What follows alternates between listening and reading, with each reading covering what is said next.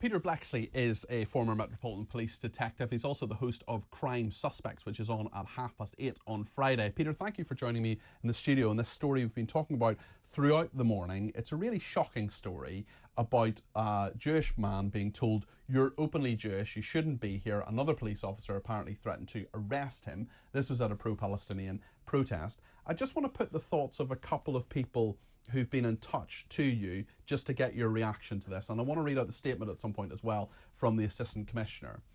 Sally in Surrey says, "Morning Peter, regarding the policeman, in my experience, unless someone is deliberately setting out to deceive, the words people say are a reflection of how they feel and think. I'm in complete agreement with Mary in County Down," says Sally. And Mary County Down has actually been in touch again to say, "Here's the difference between Jewish and many of the pro-Palestinian, including pro-Hamas protesters. The Jewish protesters are peaceful, law-abiding, and not screaming anti-Muslim slogans or waving placards with offensive anti-Muslim slogans, nor are they calling for Muslims to be wiped out, unlike many of the pro-Palestinian protesters chanting from the river to the sea. No one's worried when Jewish people go and protests, gather or march." Peter, how do you think the Metropolitan Police have handled this? I'd like to pick up on what Sally said there about the police officer's words being a window to their soul. Well, I'm not entirely disagreeing, but actually what these police officers, which we have repeatedly seen now over a number of episodes like this, over recent weeks and months, where they have confronted people who are there to either express their disquiet or merely to observe these pro-Palestinian marches. What these junior police officers are doing is they are espousing the mindset of their bosses. It's a disciplined organisation. Orders are handed down. Officers are briefed. And that's a really interesting point, Peter, because some people said earlier on, for example, said, well, there needs to be more training for police officers. But these are police officers implementing their training. Indeed.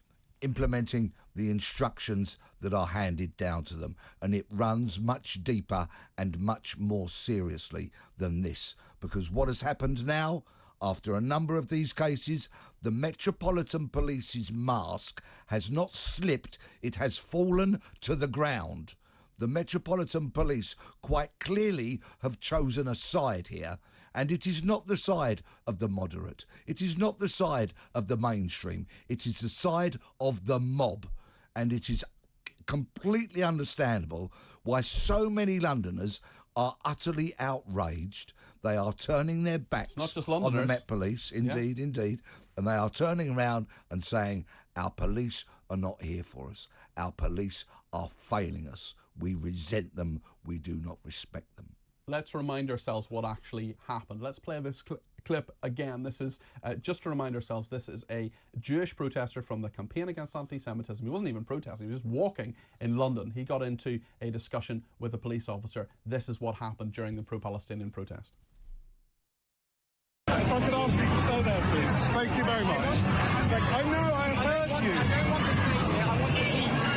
Well, in that case, sir, And I'm going that way. when the crowd is gone, I will help you escort you out. I'm going to walk. I don't think there's no reason. No, sir. I don't want anybody antagonising anyone. Yeah, and at the moment, sir, you are quite openly Jewish. This is a pro-Palestinian march. I'm not accusing you of anything, but I'm worried about the reaction to your presence. You're quite openly Jewish. I want to read you this absolutely through the looking glass statement. There's since been a statement clarifying a number of matters, probably because it's gone down so incredibly badly. And actually, Peter's point about this coming from the top is a very, very strong one. This is the Assistant Commissioner of the Metropolitan Police, Matt Twist. It's a number of paragraphs. I'm going to read out the whole thing because I want the Metropolitan Police to have their say in this. The video posted by the Campaign Against Antisemitism will further dent the confidence of many Jewish Londoners, which is the opposite of what any of us want. The use of the term openly Jewish by one of our officers is hugely regrettable. It's absolutely not the basis on which we make decisions. It was a poor choice of words, and while not intended, we know it will have caused offence to many. We apologise. The issues at the heart of these protests are complex, contentious and polarising. When the challenges of public order policing are layered on top, it becomes a very difficult environment for frontline officers to work in. In recent weeks, we've seen a new trend emerge, with those opposed to the main protests appearing along the route to express their views. The fact that those who do this often film themselves while doing so suggests they must know that their presence is provocative. that they're inviting a response and that they're increasing the likelihood of an altercation, says Assistant Commissioner Matt Twist of the Metropolitan Police. They are also making it much more likely officers will intervene. They don't do it to stifle free speech or to limit the right to protest, but to keep opposing groups apart, to prevent disorder and to keep the public, including all of those taking in or opposing the protest, safe. That is, after all, our primary role. It is up to us to review these interventions and to determine whether we are getting the balance right, adapting our approach as we do so and making sure officers are supported to make the right decisions, using all the powers available to them. We will continue to do so following this most recent protest and ahead of future events. We're through the looking glass, Peter. We are through the looking glass. Blah, blah, blah. We've heard this so many times before when they talk about the complexity of public order policing, where it's multi-layered and it requires lots of officers and so on and so forth. These diatribes that we've heard repeated in the last few weeks and months. Essentially, they have now taken it upon themselves to oppress the observers whilst protecting the mob. That's the Metropolitan Police for you in 2024. What should have happened here, Peter, when this guy came up, when he said, actually, just let me through, I just want to walk across here, I'm just walking here. He happens to be wearing a kippah, which is the skull cap that many Jewish people wear. He'd come from Temple, he'd been there, it was a Saturday. What should have happened, Peter? There are a number of different ways in which it could have been dealt with, and I wasn't on the street at the time, so what I'm going to offer up now are mere suggestions, and there could be other ways. Essentially, my greatest concern as a police officer in that situation would be to protect this man. And I would reinforce that by saying to him, I'm here to protect you, because there are members of this protest who will be vehemently and possibly violently... And they just haven't been realistic about this, have they? They've No. been saying this is all wonderfully this is all wonderfully safe and everything's absolutely fine and there's no danger to Jewish people or other people who are perhaps not taking part of these protests but who are opposed to them, for example. They're not being realistic about that. Which, of course, is complete nonsense, because we know there is a considerable element in these protests who are a hateful mob who display placards urging murder, genocide and the destruction of the Israeli nation. We've seen this. There have been arrests in time, and the Met will say, well, they'll use that to counter their argument, saying, well, look, we are here for all. But most of those arrests have only been after the Met have somewhat reluctantly had their arm put up their back. And so many people have complained about a lack of policing, about a lack of robust action. Remember the early days of these marches, from the river to the sea, and other odious chants and placards being shown, and nothing being done about it. It looks entirely throughout that the Met have only actually acted against pro-Palestinian protesters when they've been boxed into a corner, when they've had no choice, when media pressure, public pressure has become too much to bear. It doesn't seem that they've done it of their own free will. It seems like they've protected rather than policed. And this is why two-tier policing has become such a common expression now. But this really has gone beyond the Rubicon now. And the time surely must be for Sir Mark Rowley, Commissioner of the Metropolitan Police, if he has any spine whatsoever, to apply to have these protests banned. You cannot have a gathering banned, but protests you can. And there are so many arguments he can use in favour of that. The continual drain on police resources, the expense of that, the lack of policing elsewhere, the lack of safety and vulnerable victims elsewhere who are being failed because of the resources being deployed to this. They've marched for weeks, they've marched for months, maybe let them have a march every 6 weeks. It's interesting, we have asked the Metropolitan Police Officer, is this police officer being investigated by the Force's Professional Standards Department for his language and conduct? Has there been any action? Is he still on public-facing duties? Is he still being deployed to pro-Palestinian and pro-Israel or anti-Hamas protests? We're asking those questions of the Metropolitan Police. We've done that in the last sort of half an hour, so obviously they'll take their time to get back to us. If we have an answer by the end of the show, and we'll give them an opportunity to do that, we will read out their statement in full.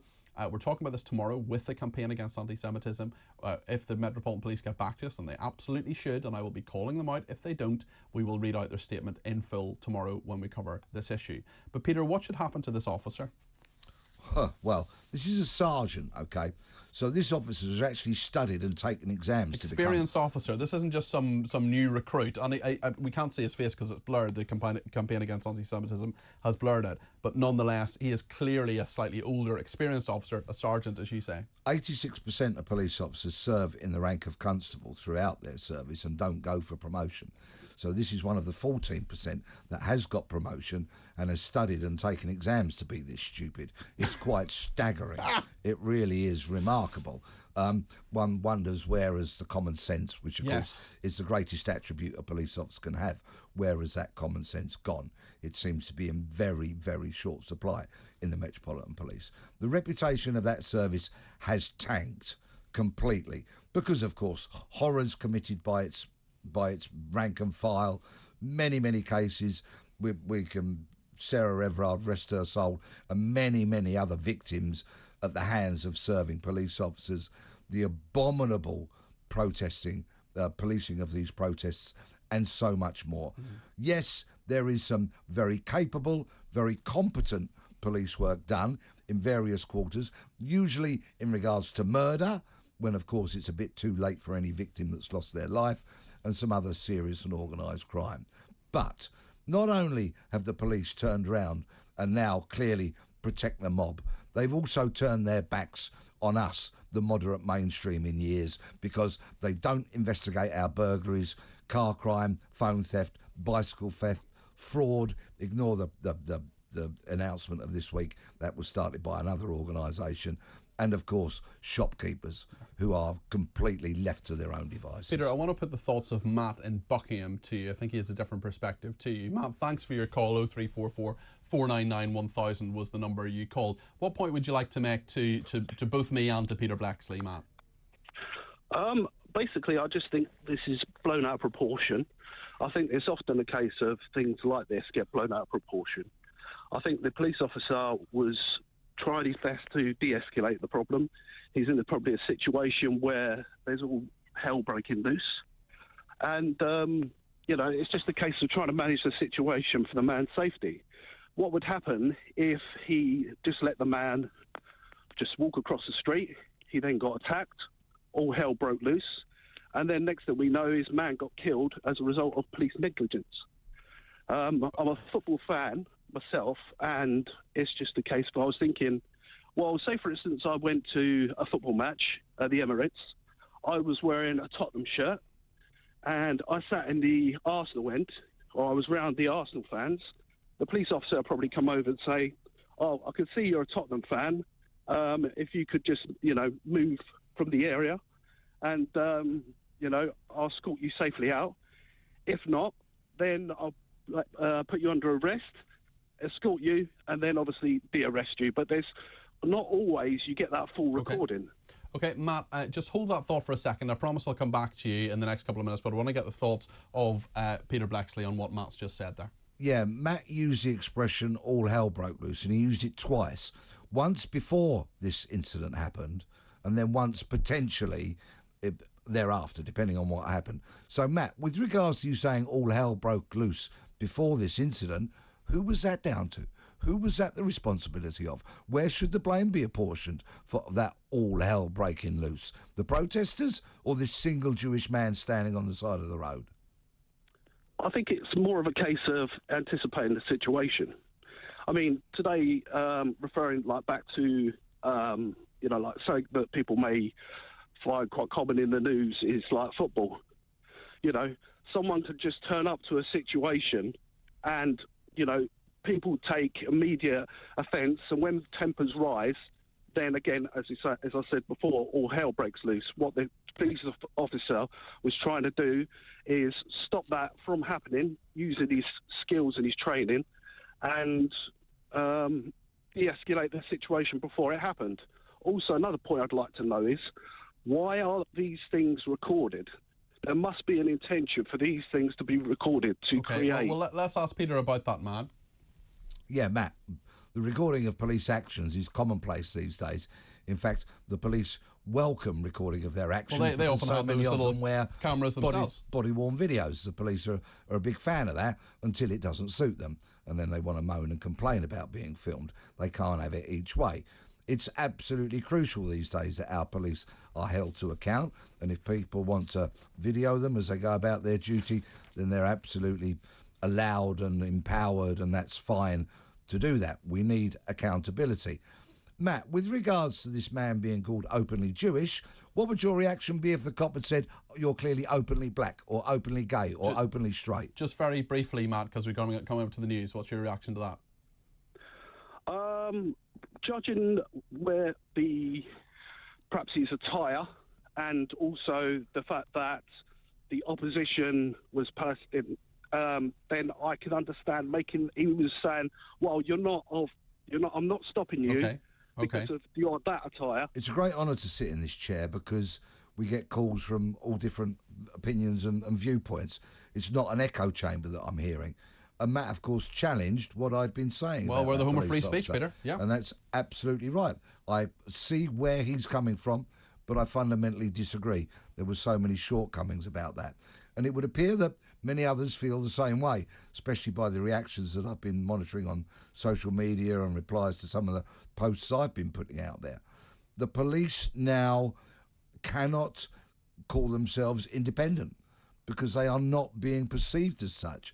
And the actions here, where they oppress the individual, where they oppress the minority, where they kind of shut down and disallow people to observe, to view, to film, this is not democracy.